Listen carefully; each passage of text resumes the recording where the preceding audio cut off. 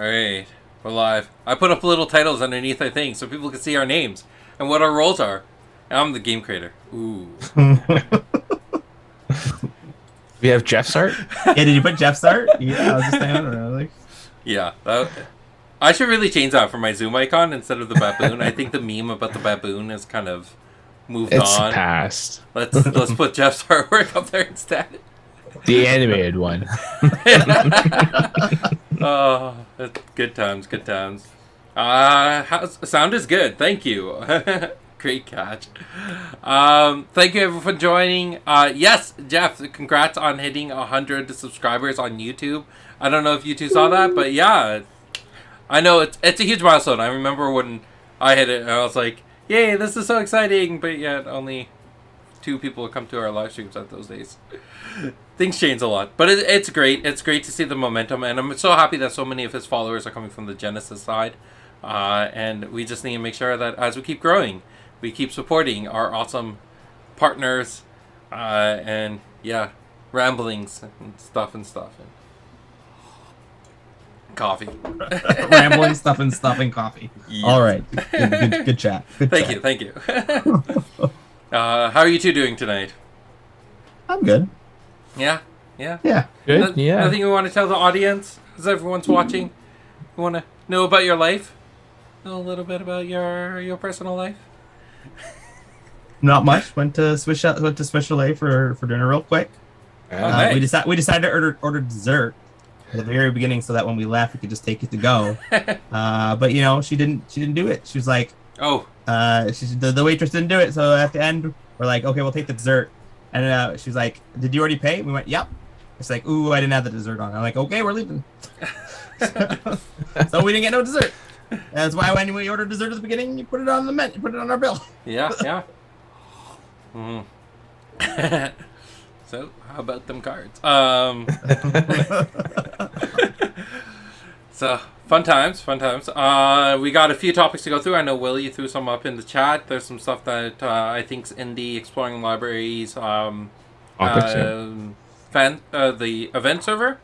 And then we have to go through the deck tech contest. That'll happen at the end. Or do you want to do the other contest at the end? Multiple contests. Multiple contests. Yeah. We'll talk about the other contest at the end. We'll close off on that, so it's the last thing on everyone's mind. It can be long, if you recall when we did it last time, going over things. All right. Even in small groups. So yeah, we got a lot decent time to that. That's all my only 2 hour stream tonight. Here we go. Yes. 2 hour stream. Why even stop? 24-hour stream. I got things to do. Nope, don't need to throw that up just yet. Where is topics? We're super organized. This is just the way it is. There is a leftover topic from the event server. I wanted to go into that and talk about it. So it was coming in from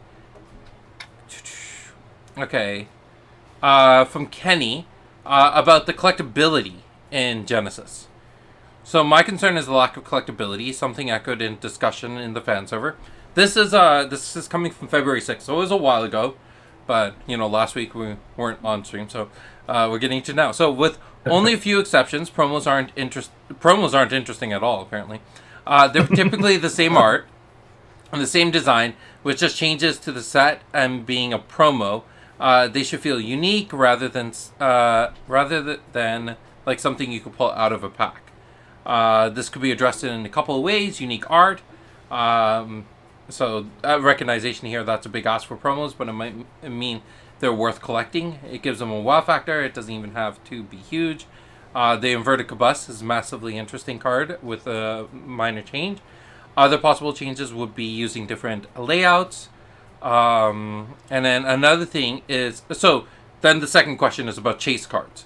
So let's talk about collectability. I definitely want to hear both of your opinions on this because I've been mulling about this a lot. I come from a different generation of collectability for TCGs. And Will, you're the biggest collector. Well, you and Steve-O are like big collectors into this game. So I would love to hear from you. Like, do you feel there's collectability in Genesis, and what's lacking? What are kind of future steps? So who do you want to go first? Will, you start. You start. Okay. I mean, so I'm on like, as someone who has done the work to complete a full foil set of J2, right, and going through that process, that was both annoying and fun ish, I guess. Fun adjacent. Fun adjacent, yeah. Like it was difficult because it was the first time. Like the difficult portion was that the cards, I already had every single card that was in the set. So for me, buying a J2 box just for foils meant that I was buying for a box of cards for 1 to 2 cards. However, through Discord and through people posting and stuff like that, there was a lot of available cards out there, and being genuine, asking what people want to do, they were willing to move them. So I was able to complete my set through trading and networking. So that's pretty cool, right? Like, I mean, that's part of what a trading card game is. People who have, people who don't have, or I have this, you have this, let's swap or whatever it is. Yeah. Opening a pack of Genesis and being, floored or blown away, or that mentality that is currently in some trading card games where, you're opening a pack and you're quote unquote winning the lottery per se because you pulled a specific card or a type of card. I don't have that with Genesis. I'm also not looking for that. But when I open a pack of Genesis cards, I'm taking 3/4 of the pack and still using it. Yeah. Even though I have it, right? Yeah. So I'm not getting the wow factor. Oh, I pulled this such and such V Tech blah blah whatever. I don't know, Pokemon card pack thing. And then, but I am getting, hey, I opened a $5 pack and I'm getting 12 out of 15 cards that I can actually use. So I appreciate and I can understand both sides of that. Yeah. What promos? Promos are definitely something, because he mentions the promo side, right? Yeah. I mean, the last couple of promos, there's been some new ones, which are brand new pieces of art, which are awesome. But there's also, there's backflip, right? It's also in there. Yeah. And there's nothing different about it, just it's a pink simple, right? Yes. But there's some that were full art. Like so beforehand, there were like the Patreon promos were full art cards. And then they kind of transitioned into regular cards, and then they transitioned back into borderless cards. So I think we're just still figuring out what that looks like. Alex, what do you think? Okay, so I'm gonna ask the hard question. I never come in easy. Okay, so I think when we gotta look at collectability, the question becomes: we know that Genesis as a whole, we care about the players most. I think we can all agree with that. But then the question is, then why do we have booster packs? Right? Yeah. That's an honest question. Yeah. Yeah. You have booster packs because Sid and we loved opening booster packs when we were kids. Right? But if it's only about the game, you don't need booster packs. It just becomes a board game or a LCG at that point. And that's where collectability, I guess, comes in. Yeah. If you always get everything, there is no point for them to be in packs. In theory. Now that being said, I do like to wonder about some people when they say collectability. Like when people say that like there's no collectability, and I kind of want to ask them like, do you have 30 scorpions? Do you have 30 giant scorpions? Yeah. And I want to know their question. I run a deck with 30 giant scorpions. I had to collect those. Yeah. Well, there's definitely need for have multiples like that. Like, yes. Yeah. There's a weird collectability in the play pieces with Genesis where every other game doesn't have. Yeah. That's a unique space. Every booster pack is useful. Yes. Once again, though, that comes back to if all the cards were just given to you, that technically doesn't solve the booster pack issue. It's just more of an interesting collectible statement that people don't look at. Yeah. So, I know in the early days, Alpha, Beta, my brother Fareed collected every hunting hound he could find. He loved hunting hound. So he would trade off for them. He would get every single one he could find. If he came to a store that had singles, he would buy all of them. Now, of course, there was only 2 stores selling singles, and there were only a dozen people who were playing. But still, that was a collectible piece for him. And like Alex mentioned, I grew up opening up packs. I played Overpower. I played TCGs before foils were even in the games. And the collectability was finishing the set. Like, when I played Overpower, it was getting every single card, every single Magneto card. And that was my collectability, right? Like, that was a complete thing that I was going into. Alex is flipping out. Something's happening. My mind just got blown with an idea. I got to write it down. The creative process live on stream for you. Yeah, this is how it works. It's just giant notebooks. So, Jan put up a question. Jan, can you put that into the...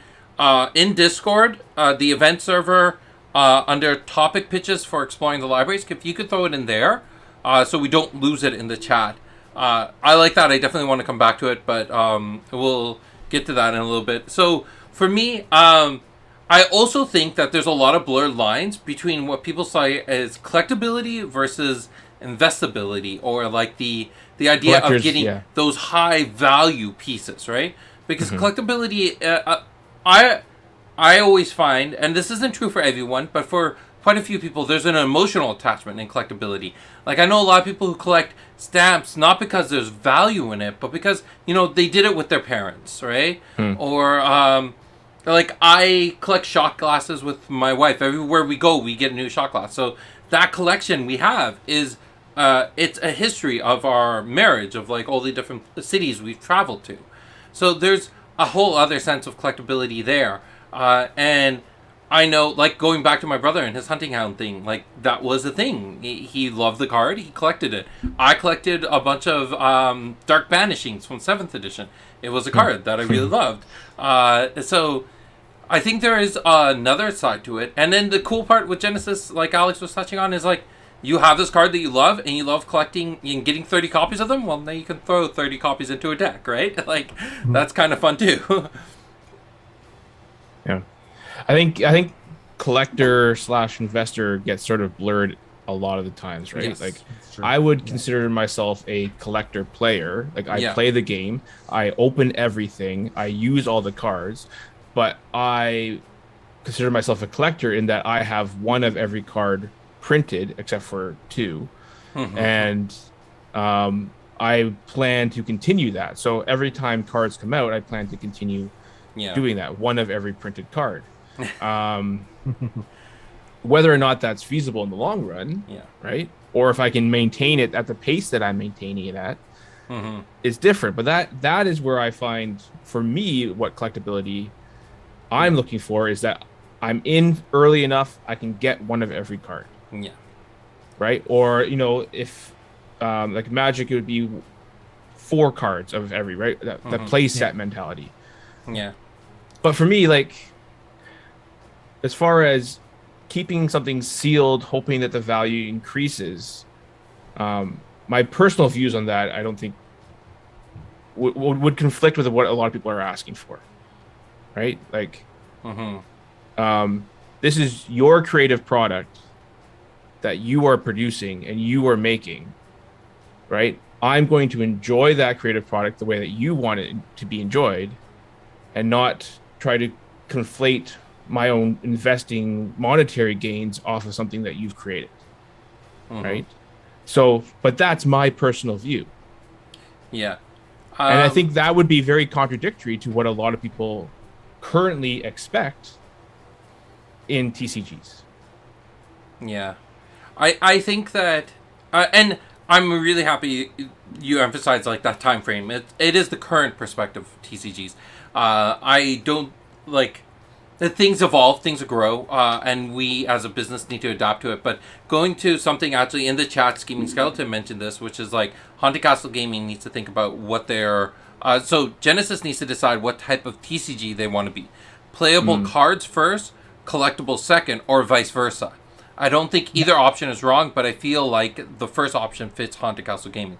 And we've talked about this a lot, is that playability is a big thing. You were talking about this, Will, and this is one thing I always come back to when other people ask me about inserting more collectability into the game, is that one thing I love about Genesis is when you open up pack, how much of it is usable. Right. How much can go directly into whichever champion you're playing with, how much of it you can start pulling and playing with. And that was a point of pride for J2, working with Alex, filtering that list down to a very concise playlist that every pack, about 50% of it, is valuable cards that can help you make a stronger timeline.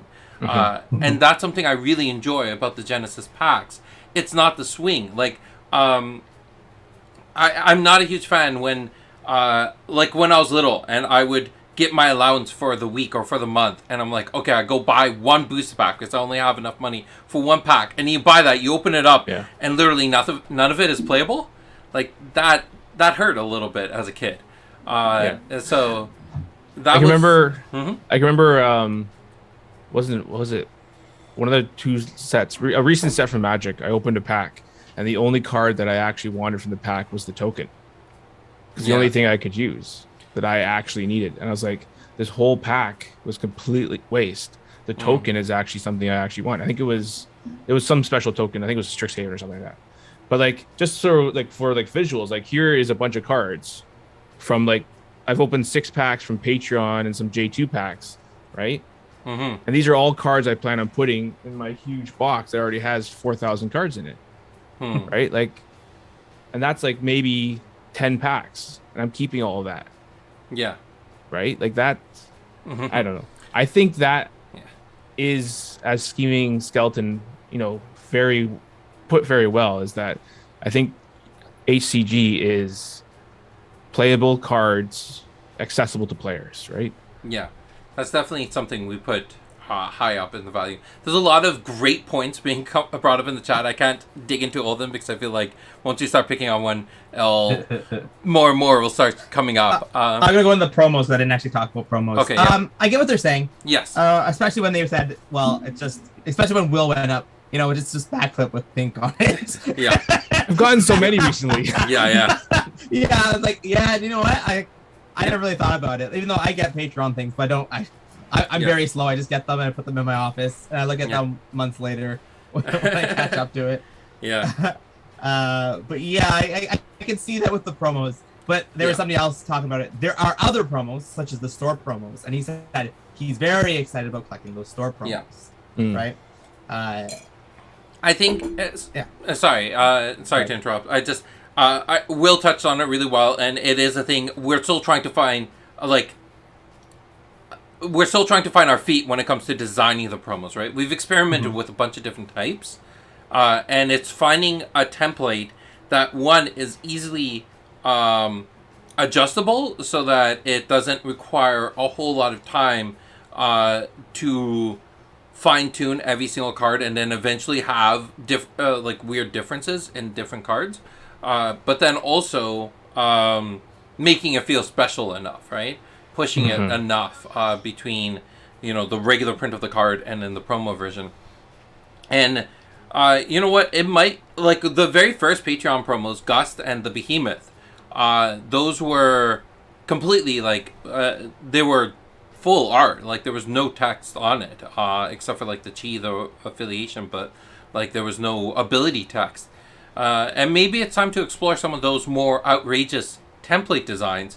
Part of the reason why the templating got pushed to where it is now is whenever we tried to make those outrageous designs, because we were accumulating so many new players so rapidly, they would get these cards without any text on it. It's like, what am I supposed to do with this, right? When we start getting to that point where the new player ratio to the old player ratio is a little bit more stable, I think then experimenting with cards that don't have text on them is a little bit more comfortable, right? It's just my thought, right? I remember back, I think it was a couple of weeks ago, you even mentioned that, like, when talking about printing and talking about the cards, right? Currently, the way that the information that we're being given is that when a decision to change something on the card gets added to a card, that can have a compounding effect on when that card shows up, or how that card gets printed, or the processing time to get the physical card in place. Because, well, if we want to, do a special silver border text on this one, well, that's a separate printing that has to happen at this time, but that has to happen here, and these cards are the same cards as these ones without the silver border, and there's an actual inherent increased amount of error that could happen. Yeah. Yeah, and that's the other thing, like doing alternate art. I think one of the big issues is that the art team itself is still, again, like, we're still a very young company. We're still trying to find our footing in a lot of situations. And when it comes to art, I think the art team now has definitely refined their process. They know what they're doing, and they're hitting pretty good timetables. But in the earlier days, it was really hard to pull an artist off of working on just a Raise or Welcome to JLR, pulling them off of those projects to go do this promo, and then putting them back on, because that delays all the other projects, right? And we were already having timeline issues to begin with. So adding in more timeline issues every single month, it's challenging, right? Especially when you are also working on a very lean budget. So I think as the company grows, some of those things will change, and we'll do cool things, alternate arts, and very experimental things along the way. But it comes with time, right?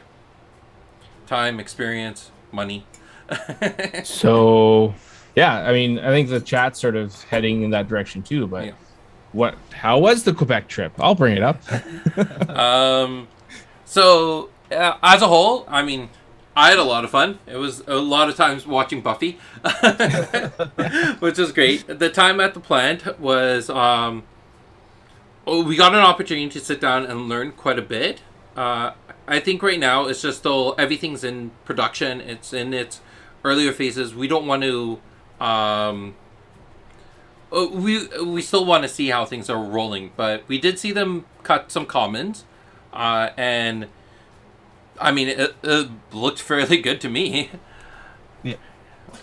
Short answer is, Sid was going to make a big post to all of you guys, and I told him no, he's not allowed to do that anymore. Yeah. And that's why it's been rather quiet. Yes. But because we saw the comments, and the comments look good. That does not mean the whole production line will be good, Sid. You can't make a post saying that. Yeah. So that's why I said you gotta wait. Yeah. But the comments look much better. It's at the end of the day, like, I think it's also important to recognize that it's not just us who want to deliver the highest product possible. Our manufacturers also want to do that. Like, they're not sitting there being like, oh, how do we make this product look bad, right? Like, they oh, sorry. Oh, that's them now. Tell them the product looks bad. No, that's my alarm to read prayers. But I want to, everyone wants to put the best foot forward. And, mistakes do happen. We're learning from them. We're correcting them. And we're doing the best we can, right? So I think, yeah, we'll just have to wait and see. But from what we've seen so far, it was definitely it was an exciting trip. It was worthwhile to be down there. Yeah, so there was acknowledgement on both sides that there was, here's examples of what we're seeing or what's coming down at the end product. Yeah. Right? And, like, is there, like, I'm in manufacturing for food, right? And we, as a quality control person myself, the person sitting at the machine doing the job for 8 hours isn't necessarily the same person opening the pack down the road, right? Like, they are disconnected, most likely 100% from this, right? They've seen paper fly by them every hour of the day for the last how many days. They really don't care at the end, like, who's getting it or what it is inside the packs. But they are still part of a company who has a relationship with you. Yes. Right. So those things are still, there's still tension there too, because you are coming back to them and working through them. Right. So, so you were there, and did you talk to, was there quality control conversation, or? Yeah. Again, it's one of those things. It's interesting. So, as kind of Alex alluded to, the whole entire how we approach things is definitely important. It feels like the world has changed a lot when it comes to Genesis. So one thing that was actually really interesting was we sent them samples from other TCGs to look at, and then also be like, okay, how did the games do these things? What can we do in our process for future jobs to imitate these different aspects? And then we could actually sit with them and also explain our perspective on what quality means. What does a good product look like in the end? Where is our acceptance tolerances? So I think there is a good understanding, but it's also an understanding that all the stuff for the J2 reprint was commissioned, in October. Oh, for sure. So there were definitely certain parts of the processes that were like, this can't be changed because it was, all set up months ago. But there was like, oh, if you wanted this is what we can do. Next time, let's do this, right? So I think that they were also very understanding, and there's a lot of like great things that future projects will be able to exemplify how powerful of a team we've got there. Should we go over some of the not specifics, just the generic things we were looking at for the future that people would like to hear? Okay, I'll let you lead that. Okay, so short form, we were looking at extra protection for cards, such as like the protective stickers on Magic the Gathering or on the Yu-Gi-Oh corners, those type of things, the security stickers, right? Yeah. Symbols, whatever. Yeah. Protective things. Markings, such as markings is another protective things we were looking at. We were looking at the different fancy foils. Not saying we're doing anything, but we looked at different foilings. We learned different processes of how to do different foiling as well. Yeah. Is another thing that we did. Production line wise, I think there was somebody in the chat who's asking. They thought we were going up because it was done. We were going up for it to begin, and we're actually having them do the process slower to reduce issues. Yes. So we're paying a little extra, but it'll also take a little bit longer. Yeah. But there'll be less damages. That's the goal. Like we were there to for their very first several sheets being cut. Yeah. We were there to watch that process, and also see what they do on their end. Like if we weren't there, what would they be doing? So that was definitely really interesting. All right. So I know there's a bunch of things that I missed. The chat again. If you got really deep questions, make sure you throw them into the event server. I know not everyone here is in the event server, and it's like, what's the point of having the chat if we're not? It's just it sucks losing questions, but it also sucks scrolling up for a bunch of things. So when it comes to Origins, remember we're also looking at every project. We will be looking at ways to improve upon what we've done in the past. So I will note that one of the things we do after every project is I actually sit down with the guys at Cartson and we go over, okay, here are the things that were less than ideal, and we have a running list of what we did, what happened, how did we respond, what were the consequences of it, and how did we respond from that. And this is a process that we're starting to do, and we're going to be carrying this forward. So it got to be learning lessons. It's the whole entire, I don't know if anyone else sees these videos, but it's the whole entire Tony Stark made this mistake in an early scene, so in the later scene he does this instead because he learns from his mistakes. And it's it's one of those Tony Stark learns from his mistakes. So yeah, I think you'll see every set will be an improvement. We will always be growing and getting better. Origins is also not going to be a oh, by the way, we're turning around and moving into 2 new markets, and we need to get product to them, right? Sort of response. I think J2 has been, and I think it's been very open. It was a quick turnaround to try to get, the game, enough cards to the new people getting into the game, so that they can start playing.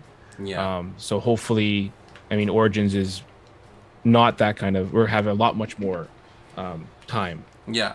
And like there's a lot of other big wins. Is like the company has grown between J2 production and now, and like being able to separate the roles and responsibilities. Joey coming on was a huge change. He's now like very quickly found his way into almost every single department. He's like, oh, I'm working on this project with this department, this project. Like he's doing a bunch of stuff. So yeah, I think. There's a comment I want to respond to. So Okay. saying the comments look great, but not seeing the rest is bad.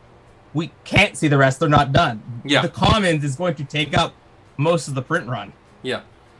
Like last time I talked to them, because they started last week, and when I talked to them yesterday, they were still just working on the commons. Yeah. Like it takes. So the print's roughly 3 weeks. We're expecting is all this cutting, and the commons is at least a third, at least. About. Yeah. Yeah. Yeah, it's definitely the majority of the work. So and last time, just to note on it, there was apparently a section of the cutting that seemed to be more repetitive, as far as the same cards seem to be getting cut the same way because of the location they were on. Was that sort of kind of either recalibrated or addressed as that? It was that and many other things were got encapsulated into the concept of slowing down the project. Okay.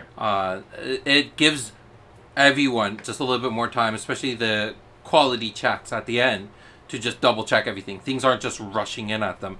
They get to spend their time double checking everything, and then stop the machines and recalibrate them if something's going wrong. You're not like, you don't hit yourself with a bunch of issues, like the same problem over and over again, and then fix it.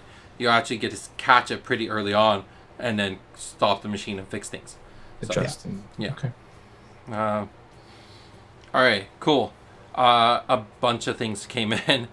So there was actually still the rest of Kenny's question from that we didn't actually finish about Chase. Kenny and his long questions. Yeah, I Jeez. know. So the second part to it is another thing is Chase cards. Collectors need a reason to buy products. Epics and foils are a good step, but they're not unique enough in my eyes. The Chase cards don't necessarily have to be unique cards, just different. A good idea would be to follow the suggested promo style, a functionally useless card, or a card functionally identical to another card but different, akin to Sky Storm Dragon, being a Rezikin of Zamber Dragon. This way, Chase cards can be rare enough that they're hard to collect without impacting players. The thing is, so first and foremost, everything impacts everyone. If you put anything in there that favors the investors, the collectors, any other party, it directly impacts. It'll find a way to impact the players, and vice versa. So they are woven together. You can't pull on one thread without pulling on the other. But that being said, how do you find the Chase in Genesis? Is that how different of a conversation is that to the collectability? So I like to look at the perspective of box opening and packs openings. Unless a pack opener person is very energetic and very good at their job, I don't think Genesis holds its own on its chase factor when they crack a pack. You know, when you watch a Pokemon player, you got all those shinies, all that stuff. They're all gonna be wow. Pokemon player is a certain kind of player. That's just, well, you can do that with any game, right? You can do that with Magic. There is no wow. There There is no wow. Yeah, that's agree. There's. It's not that there's no wow. It's okay. I actually can go more specific. It's like once the foil's pulled, if it's not a rare, what's left in the box? So I could say for me, the current cards, well, beta and Welcome to Jay, stuff like that, I've been priced out of, so I'm not buying a box of those anytime soon. But like the Cavus full arts are things that I'll still hunt down or trade up for. I'll also go for any full art that's currently not in full art form, just because of whatever, right? But again, that's sort of hunting for the old stuff, right? Which is more sort of that different generational type of collecting, where you're seeking out, you're trying to find something. As far as going forward, I mean, new J2 or J2.2, J2 squared, whatever we're calling it. We got the Borderless epics. I know there's those are, there's 33 cards that I could, if I wanted to try to hunt down or find. And just so everyone's aware of that, the Enraged Gorilla, if everything is the same, that epic is hard to find. Yeah, I don't know what happened there. What? Apparently. Well, I know 3 people who have everything else, and they play every Saturday, and they don't have an epic Enraged Gorilla. We're calling it short printed. Interesting. What I'm guessing happened, and this is completely speculatory because I honestly have no idea, and the notes on it would be long gone. But what I'm guessing happened was that particular epic, for one reason or another, was consistently getting damaged, and they were catching those and tossing them away, so a bunch of them got tossed out. That's my theory. Completely a theory, no proof to that whatsoever. Yeah. But if there's any reason, that would be it, because I know on the actual sheet side it's not possible. So yeah. All right, so hopefully, Kenny, that answers a lot of questions, assuming Kenny was even here for all of that. Yeah. What a long question. So tired. But can I do a call out for some collectors out there? Okay. I'm gonna call out on them. The ones who've been complaining about grading. I just reached out to a grading company and sent in Genesis cards. I didn't need Haunt Castle to set it up. Oh, yeah. That's it. Story Do they come done. back? I'll tell you when they come back. Joe's grading company. Joe says this is worth it. Gold star. There you go. Yeah, that's interesting. Yeah, you could just do it yourself, right? What's stopping you from saying, "Hey, can you grade these?" They'll just use their. So essentially, what it means is that they'll still do the standard templating, because that's what they have to do for every card, checking the corners, everything. They do the regular check. Where the next step is to stop from fraud, right? They need those extra files. I don't think that currently there's any companies out there. We're not big enough yet to be making fakes. Yeah. So, all right, we are at 7:38. We should probably jump into some of the other stuff, because that might be a bit time consuming. Yeah. And I don't want to have this go overtime like crazy. So let's talk. I got all night. Yeah. Let's talk about the deck tech contest and announce our winners, our prospectors from there. So this deck tech contest originally started, it was just an off-cuff idea from Joey being like, oh, you should see what people would do if they expanded the 40-card demo decks, the Raham Malik demo decks. And then when we talked about that going live, he was like, oh, he put together the print and play thing, which I'm pretty sure the link to it is in the description. It should be, or at least it is for the Exploring the Libraries. But having the print and play, people can just start with that demo deck and then be like, okay, now what's next? What's the next step? So that's what this contest was focusing around. I think everyone did a really good job at it, but we have our particular winners. So I'm going to start with Alex's, I believe. Yes. The deck tech from Eric L. Oh. I was very confused for a second. I was like, I submitted one? Nope. You meant my Cheater. You're a winner. Did it have a forethoughts, Alex? It did not have a forethoughts. I said this God. Week, it did not have to have a forethoughts. That was my... I said this week you guys get one. Everyone gets one. Everybody gets one. Now, I'll say... Now, he submitted his really early, and I read it really early. And I liked what he did. So when I was reading other ones, I had already had him chosen as my winner. Bias in the system. The bar was already set. And it's not like I feel like he went a little bit extra. We didn't ask for this, but what he did was he looked at the demo decks and he realized a bunch of this stuff isn't in J2. He also gave us replacements for those J2 cards, which makes sense. This is supposed to be for new players. Now, of course, we did the print and play stuff, so you can actually print them, and that's why you don't need them. Those replacements. But it was cool to have if somebody wanted to make a physical version of it, added in. And then from there, his choices were pretty solid. I had no complaints against the choices. I should have the thing up myself so I can look at them. Added a little bit of AoE for Malik, some Otans, which is just some defense. He added Scorpions, which are just naturally going to be great support. I could live without the gut punches, but 3 of them don't hurt you. And they can shut down a champion pretty good. You can. Yeah. You can. As I said, they don't hurt you.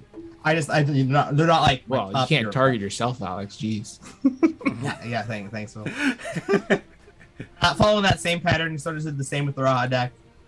He added 2 Chrono Walkers, some Wind Slashes, 3 Bolt Shots, 3 Cabbases. So a little bit everywhere. Some offensive AoE, some defensive, and some lower tier support stuff. Yeah. Yeah, my big thing I really loved is just there was a description here. Like, it wasn't just hero cards being added, but like a little bit of a push on here are this is why this is good, and then also had this whole entire thing here of like take out all quick shots and put in more wind slashes. It's like yep, that's good. There was definitely that step to go above and beyond with the deck. Yeah. All right, let's move on to the next one. I don't want to. We're running out of time. All right. Keep pushing it. So Eric, all the winners are getting the foil Malik and foil Raha. Right. All right. So, Will, yours is this giant slide deck that came in. Now, if you want to talk about descriptions, let's talk about descriptions. This is a 14-page PowerPoint presentation. Now, I won't get into, words per slide because it has to stand alone. And if it was a presentation, it would definitely be like, oh, that's a lot of text I have to look at. But I like it. This is good. This has got pictures, it's got diagrams, it's got descriptions. Again, they did it I think it's not too much of a stretch to go for 10 additional cards, right, out of a box of J2. You can pull some stuff in that you need. I think there's no choices that really stood out to me as being sort of weird. I think everything fits. The only thing I would say, the only comment that I would have is going, instead of diversifying, just sort of honing in a couple of things, right? We have found that, 8 to 10 cards types is normally kind of if you want to kind of push into more of a competitive, right? So you have like 9 different cards or 8 different cards in the deck, which may have been hard, trying to do that with just adding 10 cards. But if you were to make changes, there's definitely a lot of areas where you could do that. The only thing I'm noticing here is I do think that we missed the wind slash quick shot. Just added. No, what I see here is that one cabbage on the left bothers me. Yeah, it's not sorted right? Sort your cabbage first. Emotional cabbage.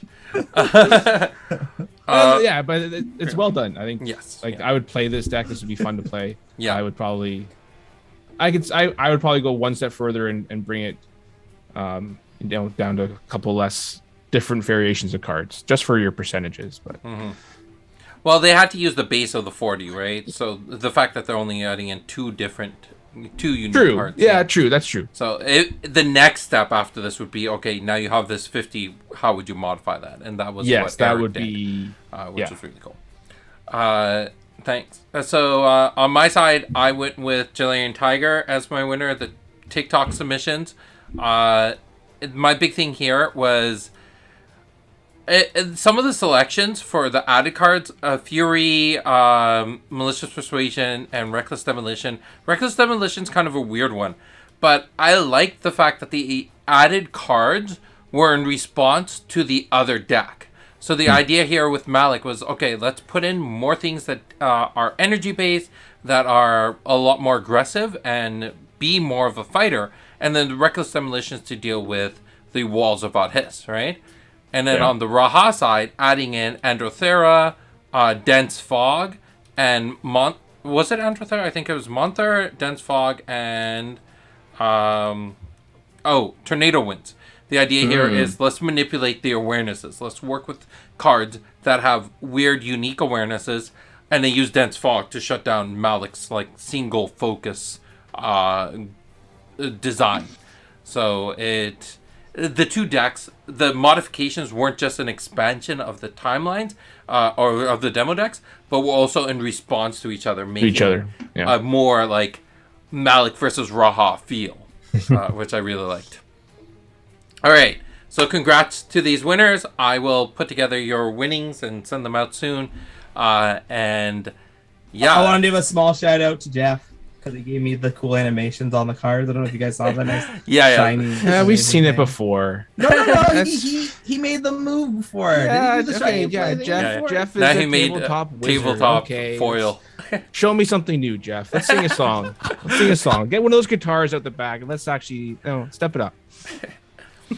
All right. So the next topic for the end of the night, we are talking about the pitch contest, which is following up from the Kickstarter. Right? Yes. Yep. So, Alex, you want to kind of break it down? What is the pitch contest's future next steps look like? Steps. So we'll start with the very next steps is this that we're going to go over today. I think goes live tomorrow or tonight if Sid gets it done. I shall try my best. From there, we have 4 different brackets, roughly 11 or 12 cards. We have 2 brackets of summons. We have, is it spells and enchantments? It's like spells and enchantments, alterations, and techniques. Because enchantments and alterations, there was very little of them. So we're in a bracket of like 1 or 2 cards. So we just shoved them in with another bracket. So from here, 3 cards are going to move on from each bracket. And that just means that those cards will go to the testing phase. Once the testing phase is fully approved by all the people doing testing, then we'll have another contest. Unless we love them so much that we decide to put them in the set, which is 100% possible. That's never happened before. I will say, well, I'm gonna blow your mind right now. 1 card in this contest has already gotten a slot. I'm not going to say it, because if that person wins, then they can respectably win. I don't want to pull them from the contest. Such a weird thing to say. There's one that matched so perfectly with what the set wanted to do that I went, I want this for the set. It was designed by Alex. Yeah, obviously. I need to get rid of these little name tags of like where we are, because we're not even on the screen anymore. Sorry, everyone. We had roughly about, this is a bit round up, it was roughly about 200 submissions. Wow. So we're going down to about 45 in this level of the contest. After this level, we're only going to have 12. All right. So I already threw up the form link into the chat. Okay. So everyone who's watching right now already has the link and go in and submit stuff. Very important. Only submit 3. That means 3 yeses. You have to select no as well. Did we want to look over the list? Yeah. Yeah. All right. Let's go into it. We've got 10 minutes. Let's do it. All right. Alouette, 7G, 5 HP. The Far, Front Awareness. Action Mechanor 14. Swift Range Attack Air 4. Just a nice classy vanilla summon. Do we... it's interesting that we don't have the images up for these. It might make it a bit difficult for some people to vote on them, but we'll figure that out, right? You wanted me to make each card for 45 cards? Is that what you're saying? No, I thought we already had them. I guess they've been edited, right? Yeah. Okay, then. Those were only a few people who had that templated thing. Oh, okay. That wasn't all the contest. And it stopped happening, I think, after the first week. I think it stopped Okay. being updated, and Steven stopped using it. Bloodhound. Oh, sorry. Yeah. So what do you guys feel about this nice vanilla? Range air. That could be important. Interesting awareness. Somebody's calling themselves out in the chat. Giving that's away. dangerous. That's dangerous. Whose card is it? Oh, Steve. All right. Well, Steven boy, Skeletons. guys. I'm not Steven sure I want to go for Skeletons. that Yeah, one. that one. I love you, Jordan. All right. Yeah, let's yeah. Our friend, I like it. 6/8, 6G, 4 HP, awareness forward, or action beckon or 11. It has a fragile beckon for 5 aura, which is when you get beckon, it enters with only 1 HP. And it has a swift drain attack too. So a what, Will? You tell me. A what? A what? 2 beckons? It has 2 beckons. I can beckon this thing twice. Well, no, you can only beckon it once, but you get to choose between those 2 beckons. How you'd like to beckon it. Maybe you want a 4 HP hound. Maybe you want a 1 HP hound. That's on you. Thoughts? You like it? You don't like it? Fragile beckon is cool. I've always wondered if there would be modifiers to beckons at some point. Oh, someone's Then already thoughts? submitted their answers. They voted all for their own. It was Jordan. It was 3 votes to Alouette. We already know it. All right, next. All right. Chain Spirit, 4 chi, 3 HP, awareness forward. It has a quick beckon for 13 aura, a swift base attack 1, and as a trigger, when Chain Spirit enters the arena, it exerts target summon around it. Interesting. Yeah. What do you think about this one, Sid? Control in Genesis is definitely an interesting concept. It's not easy to do. Yeah. I think this can definitely add some value. The only issue you got here is that the ability to respond to it. But I think it definitely it gives you a control. Like how do I enunciate what I'm thinking? Anyways, it's interesting. All right, Chunky Rock Frog, 8G, 8 HP, awareness forward, action beckon, cost 23 aura. It has action hop, which I think is incorrect because this is not actually a proper hop. Chunky Line Rock hop. Frog moves to a spot in its line of sight. Trigger execute at the end of Chunky Rock Frog's turn. It deals 4 damage to a target around it. So this doesn't have any attack. It just has the hop. The end of the turn, it has the trigger. End Can't of the defend round. itself, but it can Can't jump defend from the itself. back row to the back row. Yeah, that's a Chunky Rock Frog right there. Sure. Sounds like a Ben and Jerry's ice cream flavor. Oh, nice. All right, let's keep moving. We got Fierce Mole, a 5G, 3 HP with a left forward right awareness. Action beckon or a 13. Action earth attack 3 and 2 continuous sears. It can move on a spot even if it's occupied. And Fierce Mole cannot be targeted by a champion summon with flight. This little mole's going to dig out of the ground. Thoughts? It's got earth on it, you know. Earth's a thing now. It's got earth on it. Approved. Set. Approved. Pick it. Pick it. It's got earth. So that's a 4/3 now. Oh.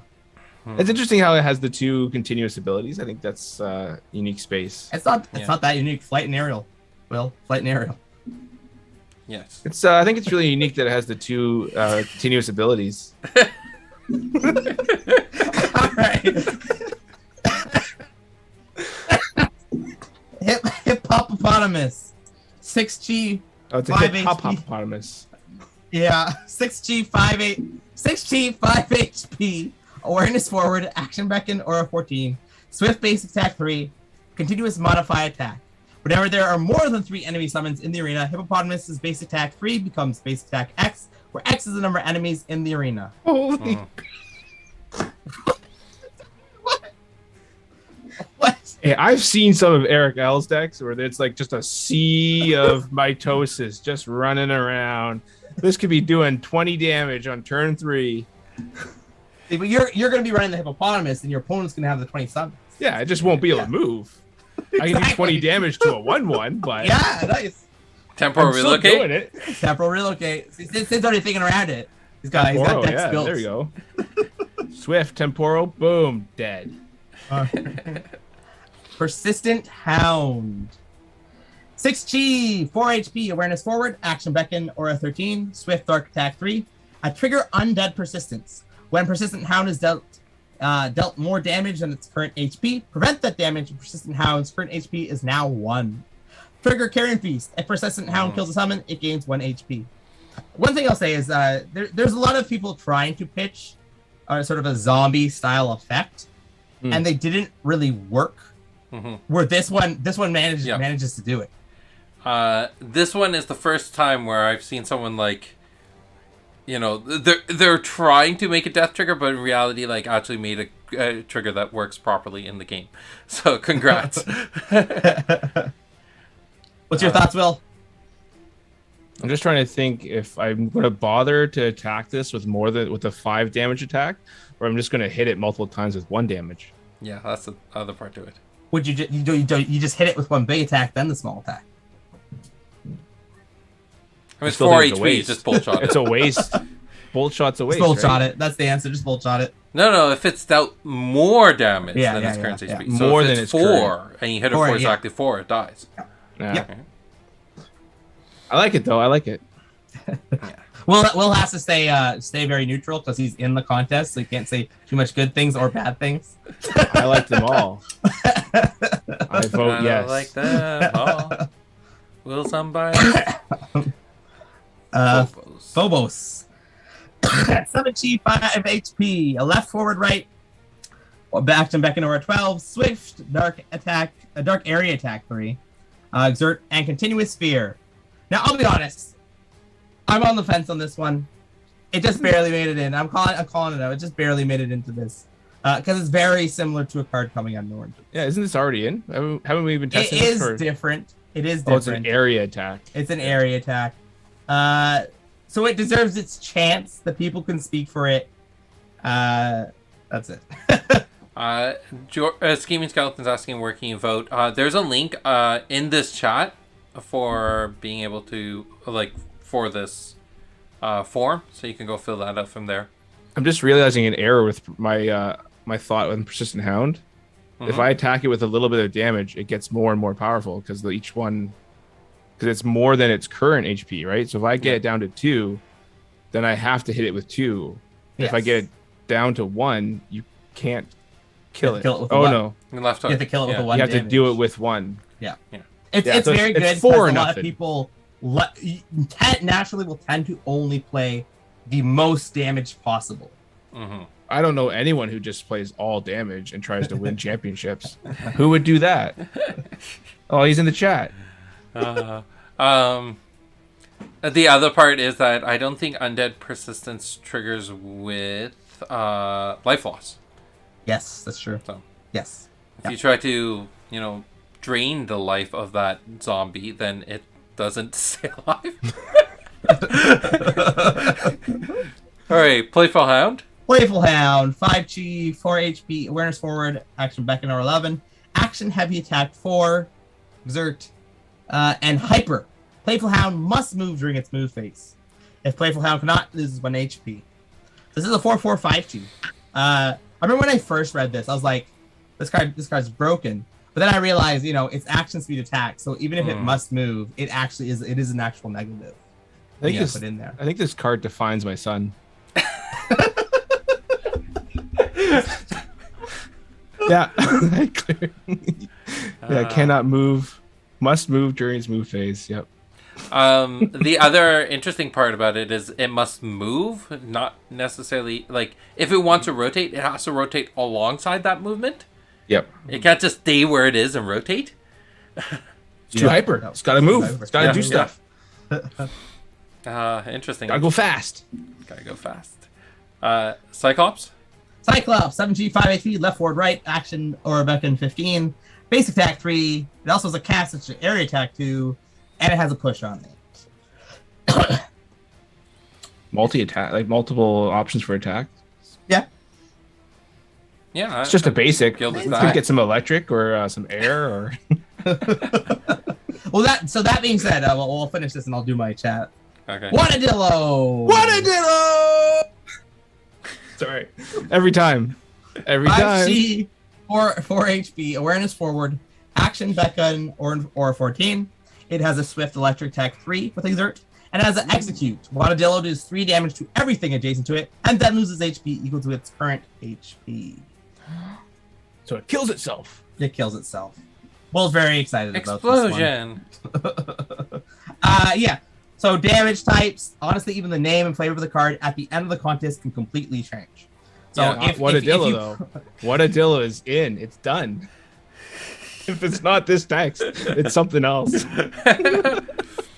I also noticed no affiliations are tied to any of these. Correct. Yes. So it didn't matter if you put an affiliation. We're gonna put it where it appropriately fits within the set. All right. So again, should I throw the link back up there I guess for so. anyone who missed it earlier? How long do they have to vote? How long do they have to vote? Well, when Sid sets up the website, it'll probably say it. Have there. information then. Yeah. Yes. I think it's 2 days at the most. Okay. From what you know, me and Sid don't make those calls anymore. We have a marketing guy. I don't know what's going on. Nice. I'm just told, hey, do this. I'm like, okay, sure. Oh, yay. It's good variety though. Like you got different attacks. You got some new abilities. You got some. I mean, as far as summons go, I don't think there's anything other than some things are similar, but there's nothing that's like already in the games. It's always something just a little bit extra, right? Mm-hmm. So yeah. There's no unicorns on there. I saved that for the second summon sheet to just bother Sid. Yeah, I like. So the thing that I'm enjoying about our pitch contest is that a lot of these cards that are moving forward, and they're even if the people who are pitching them haven't played, they get a sense of what the game's about. Like this, the stuff that are in there aren't wildly absurd ideas. I know a lot of those have been filtered out already, but even from when I saw the list that I did see, there weren't a lot of absurd ideas. There's some that are a little bit out there, but not like it's not that bad. Sid was no help in the process. No. I'll say that much. He was supposed to reject them, and then he started rejecting them, and then I complained that he was rejecting them, and so he rejected none of them. So then you're the one to blame. Well, no. So he's rejecting cards that didn't need to be rejected. He's just like, this was boring. Reject it. He comes up to me and it's like, yeah, you can reject whatever you want. I'm okay with it. I'm not committed to any of these things. So I start rejecting stuff, and then he starts getting upset with me. Like, what is this nonsense? Fun times. Nice. All right. So that's yeah, awesome. go vote. And I guess we'll be talking about this more in upcoming weeks. Yeah. We're not going to do another deck tech contest. We want everyone to be focusing on this pitch contest. And then once the cards are selected, they're going to go through their testing phase and all that kind of stuff. So that stuff will get up and clarified onto the website soon enough. At the very least, we'll get that link up there so people can start voting on their deck tech, on their pitch contest ideas. But yeah, that's, I think, everything for this week. Well, yeah, I don't think that was at all everything for this week, but that's our time. Yeah. There were so many more things that we wanted to touch on. Well, it just means more topics for next catch week. up. Yeah, we'll catch up. Yeah, it's all good. All right, cool. That's everything for this week. See you guys next week then. Bye, guys. Bye. Hip-hop-opotamus. What?